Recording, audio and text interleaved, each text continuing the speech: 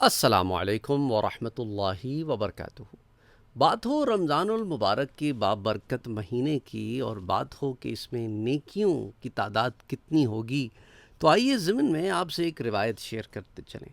حضرت ابو ہریرہ رضی اللہ تعالی عنہ اسے روایت کرتے ہیں کہ حضور اکرم صلی اللہ علیہ وآلہ وسلم نے ارشاد فرمایا کہ اللہ سبحانہ و تعالی ارشاد فرماتا ہے، یعنی کہ یہ حدیث قدسی ہے۔ فار دوز پیپل، آپ میں سے وہ لوگ جو حدیث قدسی نہیں جانتے، حدیث قدسی اس حدیث کو کہتے ہیں جس میں حضور یہ فرما رہے ہوں کہ اللہ فرماتا ہے، اور آگے اللہ سبحانہ و تعالی کے کہے کو حضور نقل فرمائے۔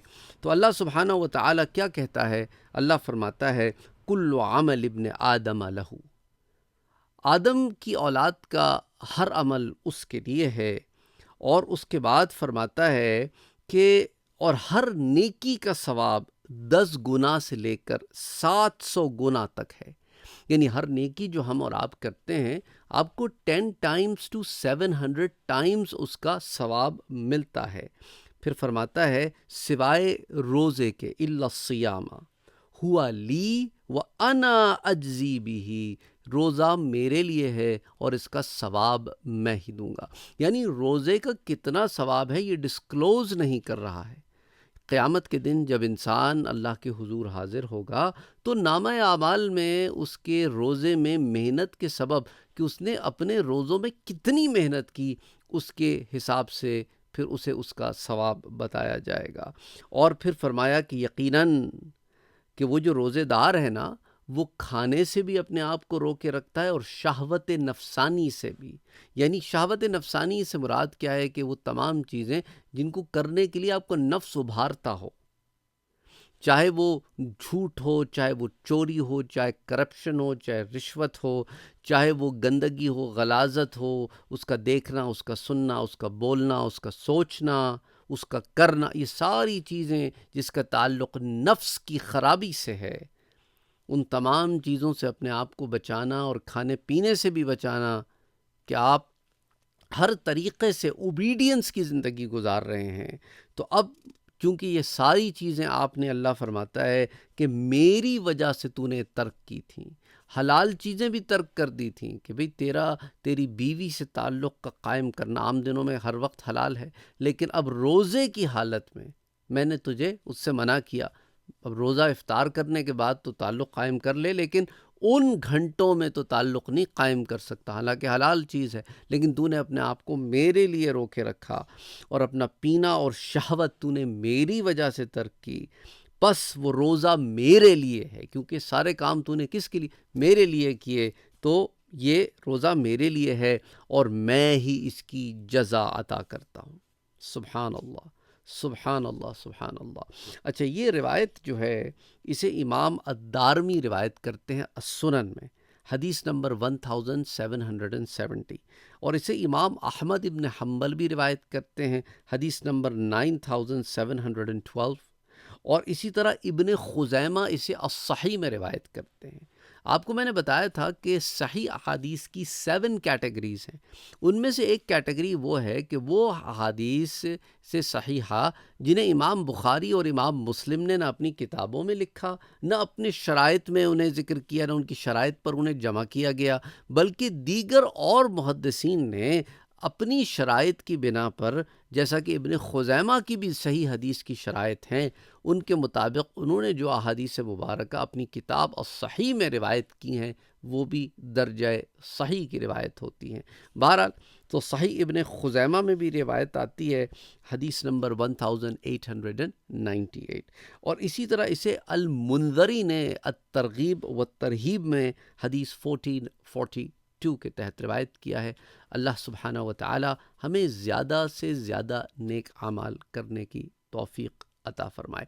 ایک سوال مجھے بھیجا گیا کہ سر، ایک شخص ہے جو یہ سوال بھیجتا ہے کہ اگر کوئی شخص یہ تمنا کرتا ہے کہ وہ جلد اپنے رب سے مل جائے، جوانی میں مل جائے، تو میں نے کہا اس سے پوچھو ایسی تمنا کرتا کیوں ہے؟ بھئی اللہ نے جب تمہیں حیات دی ہے، تمہیں زندگی دی ہے، اس میں اچھے کام زیادہ سے زیادہ کرو، یہ جلدی ملنا کیا ہے؟ ملنا تو تب ہی ہے جب اللہ نے مقدر کیا ہوا ہے. تو جب تک ہو تب تک ایسے جیو جیسے جینے کا حق ہے. یہ جلد بازی کیوں مچاتے ہو؟ اسی لیے دیکھو نا اللہ نے قرآن میں بھی کیا کہ انسان بڑا جلد باز ہے، عجولہ ہے، جلد بازی کرتا ہے. اسے ہر شے اس کی مرضی سے چاہیے.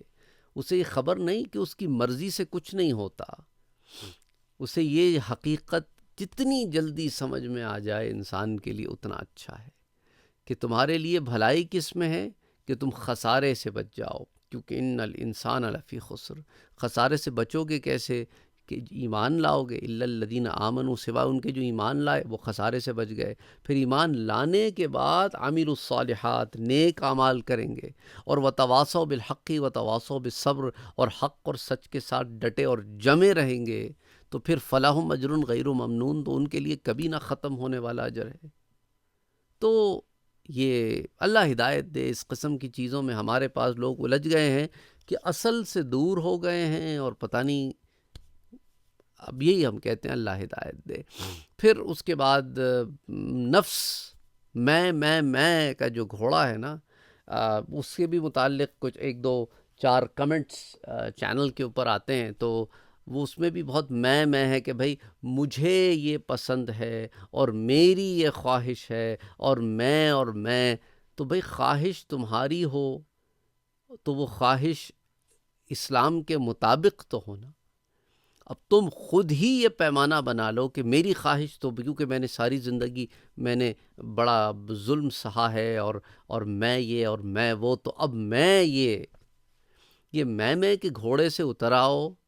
اور اس دن جو ہے نا تمہارا نفس جو ہے وہ جو میں نے کتے کی مثال دی تھی نا، کہ نفس بگڑا ہوا کتا ہے، ہر ایک پہ بھونکتا ہے نا. کتا بگڑا ہوا گلیوں میں بازاروں میں جو کتے ہوتے ہیں ہر کسی پہ بھونکتے ہیں.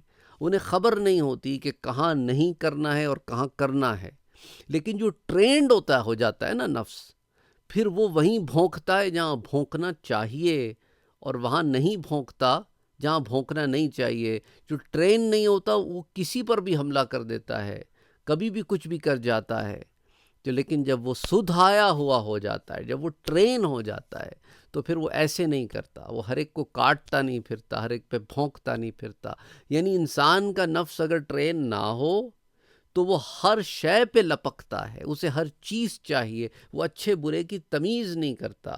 اور جب ٹرین ہو جاتا ہے تو وہ روح کی طرف دیکھتا ہے اور کہتا ہے کہ یہ کر لوں.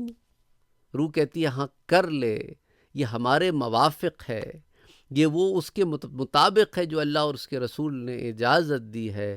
تو پھر اس خواہش کو اظہار کے طور پہ آگے پیش کرتا ہے، نہیں تو وہ رک جاتا ہے. تو اللہ ہدایت دے.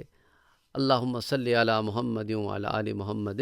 دیکھو اگر غلط خواہش ہو، وہ کسی کے لیے ہو، وہ خواہش غلط ہی ہوتی ہے. تو اللہ ہدایت دے. آمین. اللہم صلی علی محمد وعلی آل محمد.